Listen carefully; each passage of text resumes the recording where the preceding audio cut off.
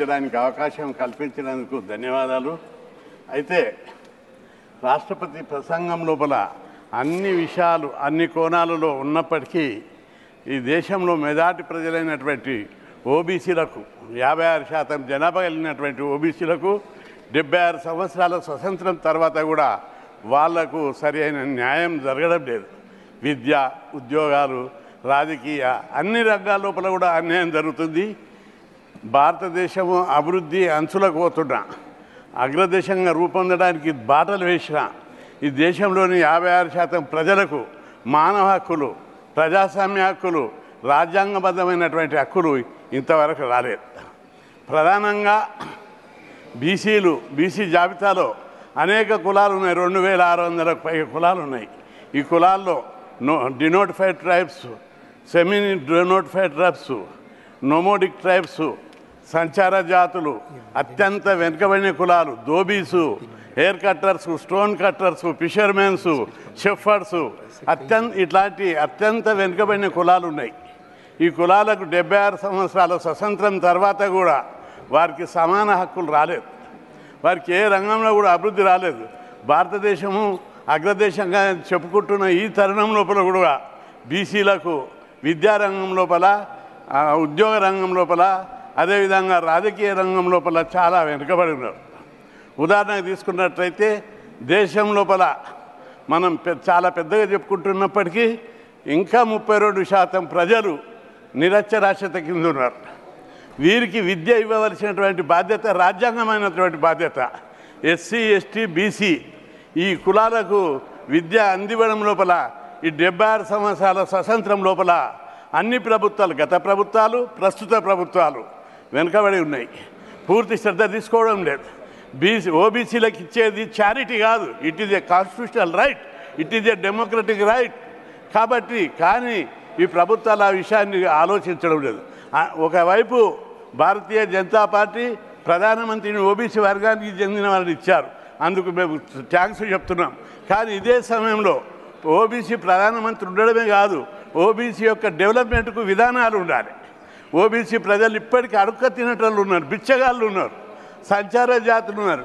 రాష్ట్రంలో రోడ్డు పోటు పోతుంటే పొలాలల్లో పేద పిల్లలు పొలం పనులు బాండెడ్ లేబర్గా జీవిస్తున్నారు, బిగ్గర్స్గా ఉన్నారు. కాబట్టి ఈ జీవన విధానంలో మౌలికమైన మార్పు తీసుకురావడానికి ప్రభుత్వాల యొక్క మౌలిక విధానాల లోపల రిఫార్మ్స్ రావాల్సినటువంటి అవసరం ఉంది. అందుకే రాష్ట్రపతి ప్రసంగం లోపల ఎక్కడ లేదు. మా ఆంధ్రప్రదేశ్ లోపల జగన్మోహన్ రెడ్డి ప్రభుత్వం విద్యకు అత్యంత ప్రాధాన్యత ఇచ్చింది. అక్కడ స్కూళ్ళన్నింటినీ ఇంగ్లీష్ మీడియం చేసినాయి. కాలేజీ లెవెల్లో ఫీజు రియంబర్స్మెంట్ స్కీమ్ పెట్టారు. ప్రతి విద్యార్థికి 20,000 స్కాలర్షిప్ ఇచ్చారు. విదేశాల కోటలకు 50 లక్షల నుంచి 1 కోటి రూపాయల దాకా స్టైపెండ్ ఇస్తున్నారు. ఈ విధంగా విద్యకు అత్యంత ప్రాధాన్యత ఇచ్చి విద్య మీద పెట్టే ఖర్చును పెట్టుబడిగా భావిస్తున్నారు వాళ్ళు. అందుకే జగన్మోహన్ రెడ్డి యొక్క విధానాలు దేశంలోని అన్ని రాష్ట్ర ప్రభుత్వాలు, కేంద్ర ప్రభుత్వం ఆదర్శంగా తీసుకోవాల్సినటువంటి అవసరం ఉంది. విద్యకు ఒకసారి ఒక కుటుంబంపై పెట్టే పెట్టుబడి, మూల పెట్టుబడి, అది క్యాపిటల్, ఆ కుటుంబం మీద పెట్టే ఇన్వెస్ట్మెంటు టోటల్గా పర్మనెంట్గా కుటుంబాలు డెవలప్ అవుతాయి. ఈ విషయంలో ఇప్పటికి కూడా కేంద్ర ప్రభుత్వం లోపల విధానాలు మార్చుకోవాల్సినటువంటి అవసరం ఉంది. బీసీలకు ఇచ్చేది భిక్షం కాదు, it is not a charity, it is a right, it is a share of the country, it is a democratic share. కాబట్టి ఇప్పటికీ కేంద్ర ప్రభుత్వం ఓబీసీలకు మినిస్ట్రియల్ డిపార్ట్మెంట్ పెట్టలే. బడ్జెట్ కేటాయింపు లోపల 2,000 కోట్లు, 47 లక్షల కోట్ల బడ్జెట్ ఉంటే 2,000 కోట్లు భిక్షం ఇస్తారా? చాక్లెట్లు రా, బిస్కెట్లు కూడా రా వాళ్ళకు. 76 కోట్ల మంది బీసీలకు 2,000 కోట్ల బడ్జెట్ ఇస్తారా? మండల్ కమిషన్, రాజ్యాంగబద్ధమైన మండల్ కమిషన్ 40 సిఫార్సులు చేస్తే 38 సిఫార్సులు ఇంతవరకు అమలు చేయలేదు. ఓ డిపార్ట్మెంట్ పెట్టలేదు. జనాభా లెక్కలు చేయడానికి ముందుకు రావడం లేదు. కాబట్టి కేంద్ర ప్రభుత్వం బీసీల పట్ల తన వైఖరి మార్చుకోవాలి. బీజేపీ పార్టీ ఒక ఎస్టీని రాష్ట్రపతి చేసింది, ఒక బీసీని ప్రధానమంత్రి చేసింది. కానీ బీసీ ప్రజలకు ఏం చేసిందని మేము ప్రశ్నిస్తున్నాం. మీ విధానాలు ఏంటి? బీసీ ప్రజలు చదువుకోవాలి, బీసీ ప్రజలకు అధికారంలో వాటా కావాలి, బీసీ ప్రజలకు అన్ని రంగాల్లో విద్య, ఉద్యోగ, ఆర్థిక రంగాల లోపల విధానాల లోపల మార్పు తీసుకురావాల్సిన అవసరం ఉంది. మన దేశం యొక్క సంస్కృతి ఏంటిది? సర్వే జన సుఖినో భవంతు ఎక్కడుంది అది అని చెప్పి మీకు అందరికి ప్రశ్నిస్తున్నా. కాబట్టి అందరూ కూడా ఆత్మ పరిశీలన చేసుకొని ఈ దేశంలోని 76 కోట్ల మంది బీసీలకు ఓబీసీలకు ప్రజాస్వామ్యబద్ధమైన రాజ్యాంగబద్ధమైన హక్కులు కల్పించడానికి విధానాలు మార్చుకోవాలి. ప్రధానమంత్రిని చేసిర్రు ఓకే, కానీ రాష్ట్రపతిని చేసిర్రు ఓకే, కానీ విధానాలే ఈ ప్రజలందరూ చదువుకున్న విధానం ఏంటిది? అధికారంలో వాటా ఏది? ఉద్యోగాలలో ఇప్పటికీ 16% దాటలేదు. మండల్ కమిషన్ అమలు చేయబట్టి 35 ఏళ్ళు అయింది. బీసీ ఉద్యోగుల శాతం 16% దాటలేదు.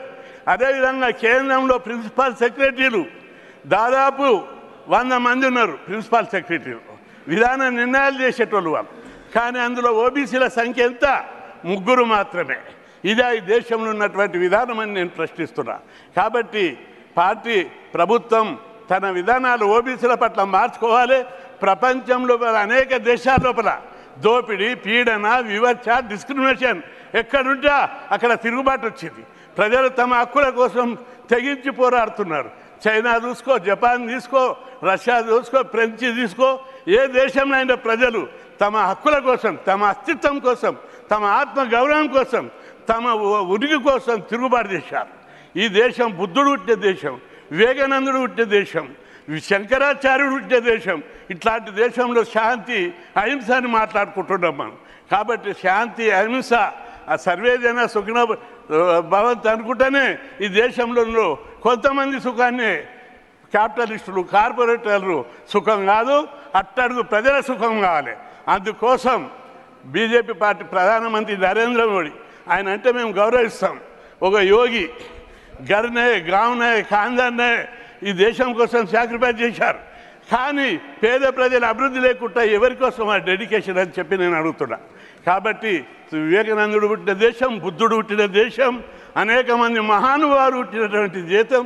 ఈ దేశం కోసం, సర్వ మానవాళి కోసం పరితపించిన ధర్మభూమి లోపల పేద ప్రజలు ఇప్పటికీ నికృష్టమైన పేదరికమైన జీవితం, అర్ధాకలతో ఉండే జీవితం గడుపుతున్నారు. అందులో మెజారిటీ ప్రజలు ఎస్సీ, ఎస్టీ, బీసీలు. వాళ్ళ మౌలికమైన జీవన విధానం లోపల మార్పు రాకపోతే ప్రజల్లో తప్పనిసరి రివోల్ట్ అయ్యేటటువంటి అవకాశాలు ఉంటాయి.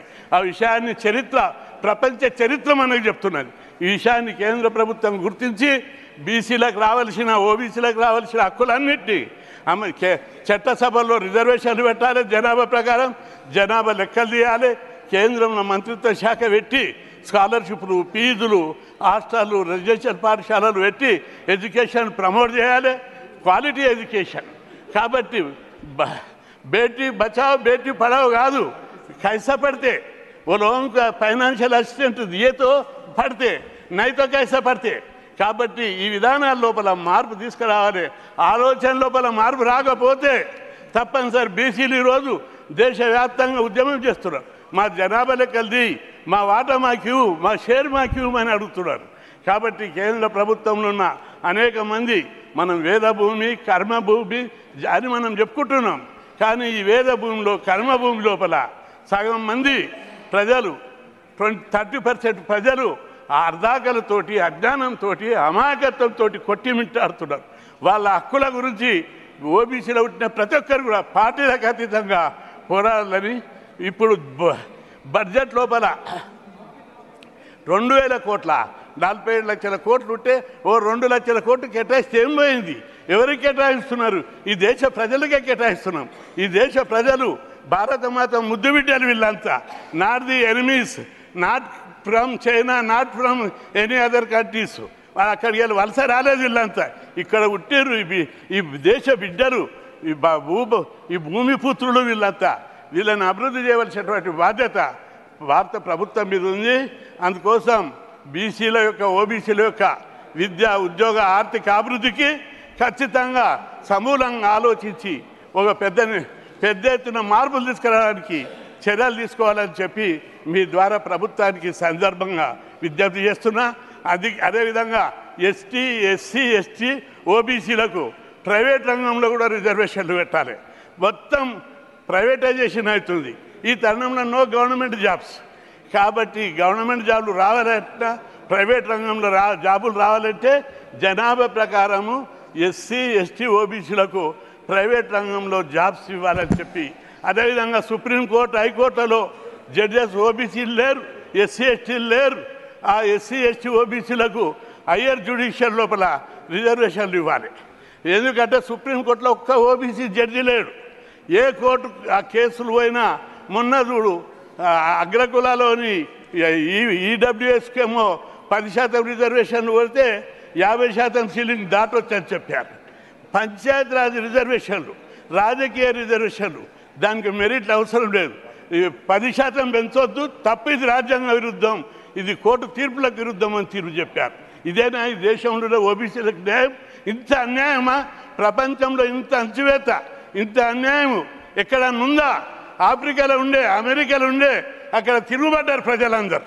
ఇక్కడ కూడా ఈ వేద భూమి లోపల బుద్ధుడు పుట్టిన నేలలో, వివేకానందుడు పుట్టిన నేలలో, శంకరాచార్యుడు పుట్టిన నేలలో ఈ విధంగా ఈ మెజార్టీ కులాలకు, పేద కులాలైనటువంటి ఓబీసీలకు, అత్యంత వెనుకబడిన కులాలకు, భూమిపుత్రులు, ఈ దేశ సంపద సృష్టించినటువంటి వాళ్ళు, వీళ్లకు న్యాయం జరగకపోతే తప్పనిసరి పోరాడతారు.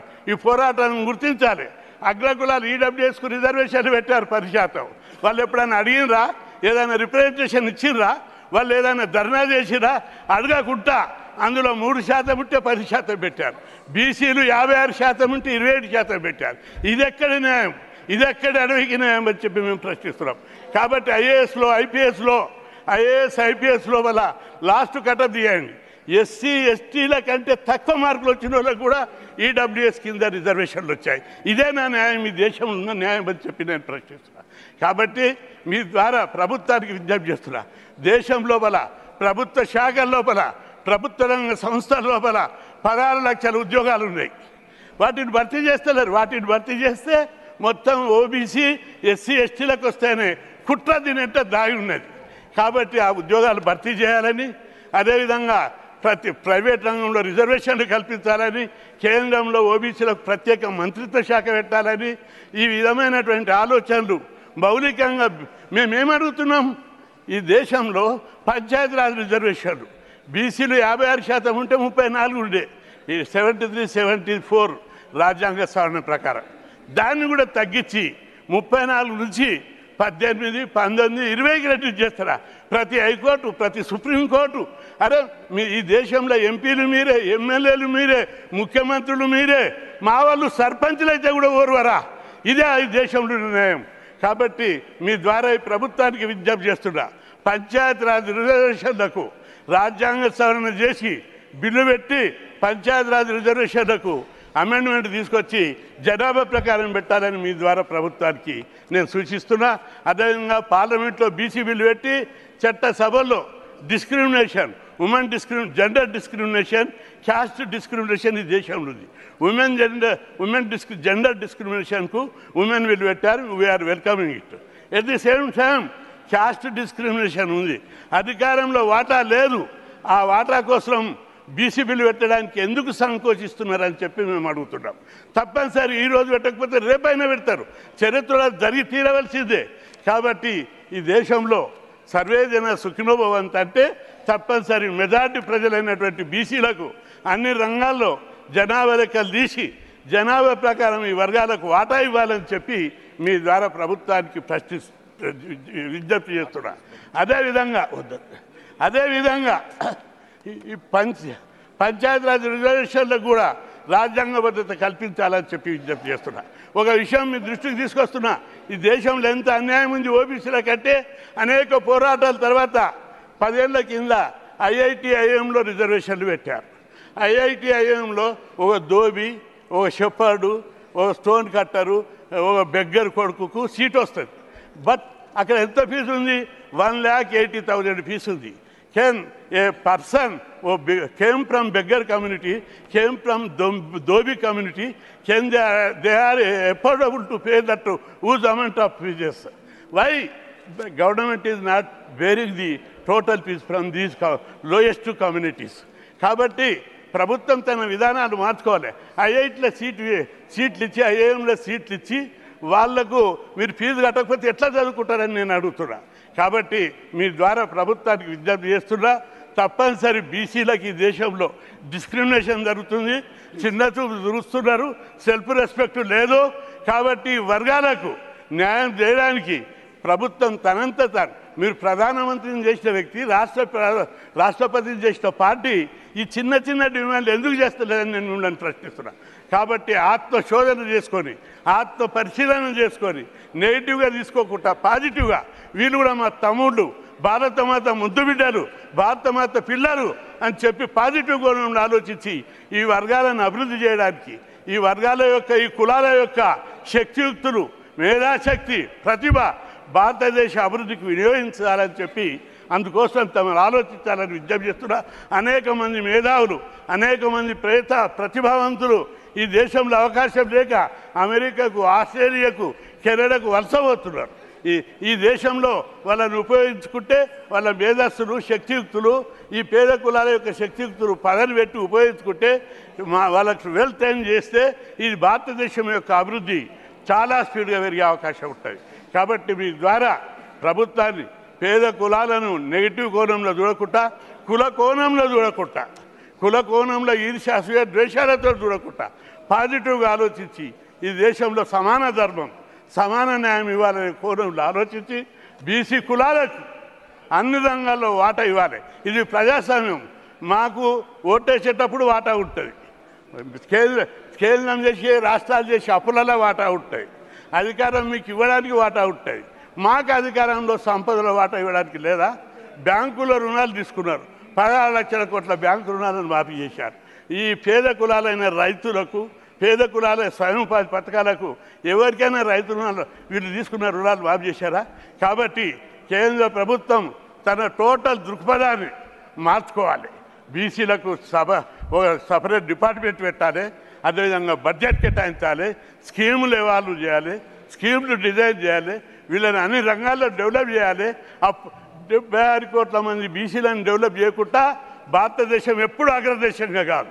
కాబట్టి అందరూ అభివృద్ధి చెందితేనే భారతదేశం అగ్రదేశంగా తయారవుతుంది. ఆ దిశగా ఆలోచించాలని అలాంటి ఆలోచనను భగవంతుడు మీ అందరికి కల్పించాలని కోరుకుంటూ సెలవు తీసుకుంటాను. జై హింద్. Thank you Raika Krishnaiah ji. माननीय डॉक्टर भागवत कराड़ जी 5 मिनट.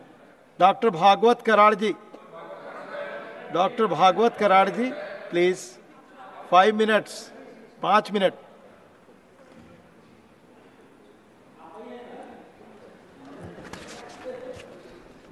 माननीय सभापति